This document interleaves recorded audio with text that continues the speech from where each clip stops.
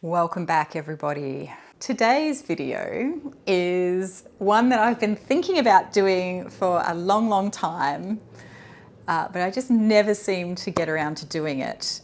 And partly it's because I always felt like I didn't have enough of these sorts of fragrances in my collection to warrant doing a video about it. But I think I've got a bit of a collection going now, so I will talk about them. If you haven't already guessed by the title, this is Gourmands for non-gourmand lovers.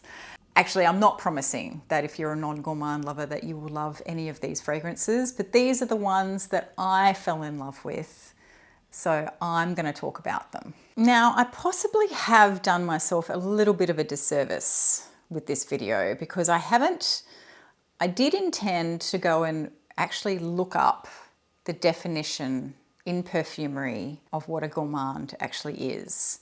Because when I first started getting into perfumes, my understanding was that a gourmand fragrance was a fragrance that smelled not just like food, but like a dessert specifically. But now I feel like I'm a bit confused because I feel like the term gourmand gets thrown around a lot in relation to things that might smell a little bit like food, but not necessarily like a dessert. And I probably should have looked that up before I started filming, but now I'm filming, so I'm just going to keep talking. But maybe you can let me know in the comments what the correct definition is. And I will also look it up afterwards and look it up, and I might put a pinned comment or something that has the definition in there. I will say that all the fragrances in this list are sweet. There's definitely no just sort of straight up spicy fragrances that I'm passing off as gourmand because they smell like a spice. Personally, I work off the assumption that it's not just smelling like food, it smells like a dessert. Let's move on. Anyway, my first fragrance in this list that I'm going to talk about, no, I'm not ranking them. I can't. It's too hard to do it on the spot and I wasn't prepared. And this is Ambre Narguile by Hermes.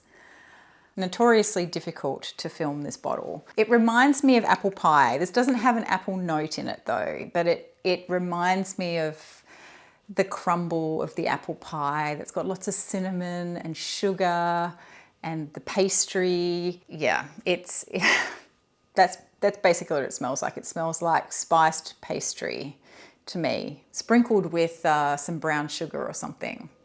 Yeah, it's delicious. It's very sweet, and for the longest time was probably the sweetest perfume in my perfume wardrobe.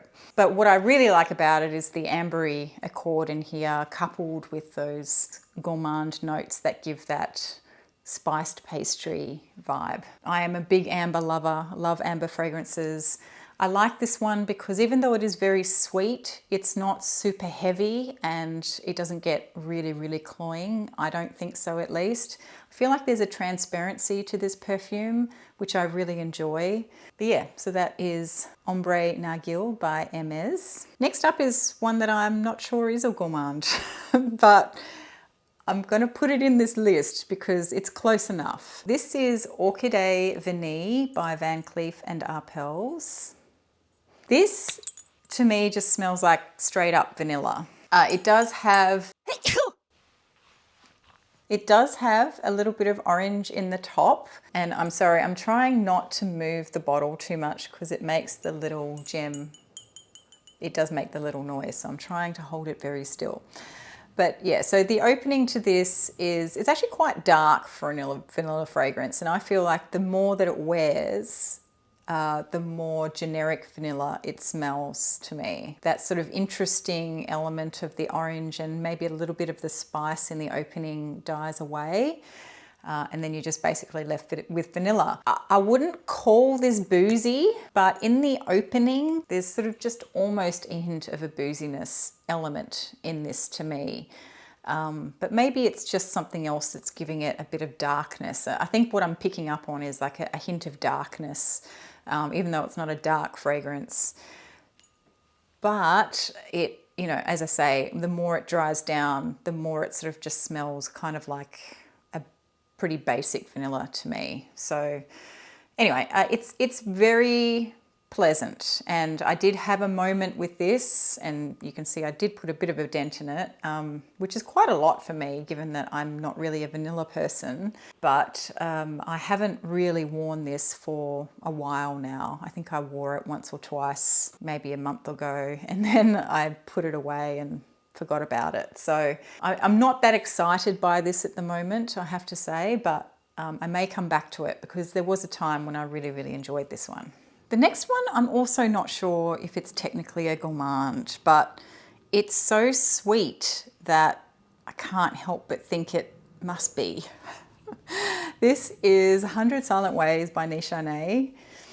So this is a white floral fragrance predominantly, but there is a very dessert-like sweetness in here. There is vanilla, there's definitely vanilla. And there is a creaminess to it as well, which I think makes it kind of seem like a dessert, but it's borderline because you've got those white florals in here as well, which make it more of a perfume than food smelling. But there's just an element in here that I feel like it could be a dessert, you know, it could be a creamy vanillic panna cotta or something that's sprinkled with edible flowers or something, you know. But it's got a floral element to it. So again, borderline, not sure. This was a surprise love for me. I'm still in shock that I like this one as much as I do. And in fact, the more I smell it, the more I like it. Because it is so sweet, it's also very strong. The opening, if I spray too much of this, it can give me a bit of a headache because it's such a powerhouse. But I can't lie, I really like it. Obviously, it's a crowd pleaser. Lots of people love it. If you don't mind sweet fragrances, but you don't really like cakey smelling gourmands, then maybe this one is worth checking out, particularly if you also like white florals. You do kind of need to like white florals for this. Arguably not a gourmand, but I'm putting it in because otherwise this list would be very short. So that is 100 Silent Ways by Nishane. Okay, next up is one that I don't think I've talked about yet. This is one that was sent to me in PR. This is Exotic by Orientica. It's from the Art Bellissimo line. Look, I'll be straight up with you. Orientica sent me a lot of perfumes. I think this is the only one out of the whole lot that I would actually wear. Maybe one other, but anyway, so my soon-to-be stepdaughter really, really loves this as well. So I'm probably going to end up gifting this to her. As much as I enjoy it, it's probably not one that I have to have. I'm happy to give it to her because she really likes it and I don't need it because I have many vanilla fragrances that I can draw upon. To me, this is a really lovely, soft vanilla fragrance that has quite a hefty dose of sandalwood in it. There's also a lot of coconut in here. So it really does have that vibe of like a sort of creamy, maybe a sort of panna cotta dessert once again. I feel like the opening also has some spices in there, which I can't necessarily name, but I feel like I want to say something like nutmeg or cinnamon as usual. But it really does have a creamy, vanillic, coconutty dessert vibe to this. So that's why I'm putting it in this list. Whether it's technically classified as a gourmand, I don't actually know. Like I said, it also has quite a bit of sandalwood in here and it's also quite musky. So it develops this really lovely sort of soft scent cloud around you. And I do really enjoy wearing it. I mostly wear it to bed, but as I said, Josie really likes it and she has one bottle of perfume. I have many, so I feel like I can happily gift this to her and not be too sad about losing it. And even though it was sent to me in PR, I would pay money for this, particularly if you are a gourmand lover. This is a good choice. Next up is one that I have been talking a lot about lately as well. This is Love Tuberose by Ambre. This is another sort of borderline one for me because it's in the category because it definitely has it has a whipped cream note in it. So it's definitely in gourmand territory. But this is absolutely, most definitely a white floral fragrance. Some say they get more tuberose, some say they get more gardenia. I feel like I get both, to be honest. Although sometimes I do confuse tuberose and gardenia, so I'm probably not a great judge of that. It doesn't really smell like any specific dessert that I can point to and say it smells like that. Not like, you know, the other one that I thought smelled like panna cotta, or it doesn't smell like a baked good either. It doesn't smell like cake. But there is definitely a lactonic, creamy sweetness to this that definitely makes it feel desserty. So it kind of just makes me feel like I'm sitting amongst a bunch of white flowers and I'm scoffing whipped cream straight from the tin or something, which sounds really gross. And actually it is pretty gross because I would never do that because I'm not a big fan of cream, but that is what this smells like. And even though that very image seems kind of sickening to me, I really, really love this fragrance and I love wearing it to bed. I don't know if I would ever wear it out anywhere because it is so sweet and it feels like a bit of a guilty pleasure, but I do enjoy wearing it at home. So that is Love Tuberose by Amouage. And then finally, the newest one in my wardrobe is Precious Forest by Keiko Mecheri. It does actually smell like a forest.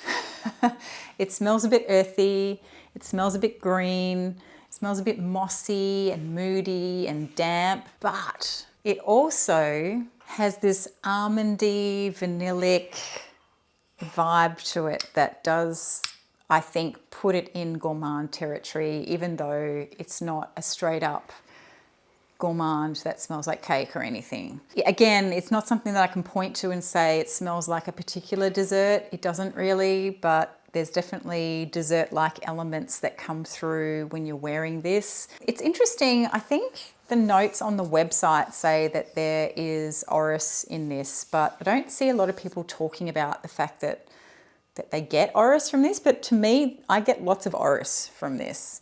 So you get this really opulent, dense, sort of almondy, vanillic element to this fragrance that smells, yeah, like dessert, but it underpins these other elements of forest, of these green and earthy and woody sort of tones as well. It's super, super interesting. If you don't like gourmand fragrances, like straight up just don't like any gourmand fragrances, then, you know, don't be put off, I guess, by at least trying this just for the sake of to experience this perfume, because it is a really beautiful, interesting perfume. It doesn't straight up smell like food to me, but I get that cozy feel from it that makes me think of desserts and cozy foods, comfort foods, you know what I mean? So, or maybe you don't, because I really didn't do a very good job of explaining that. Keiko Mecheri's Precious Forest, straight up probably one of my favorite perfume purchases of this year. That is it.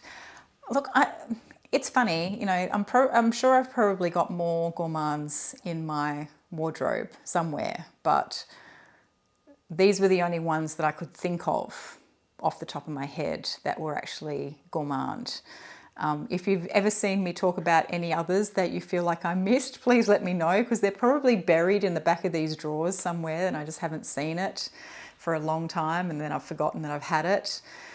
I am looking forward to moving my office upstairs so I get to reorganize all my perfumes and actually have them out where I can see them.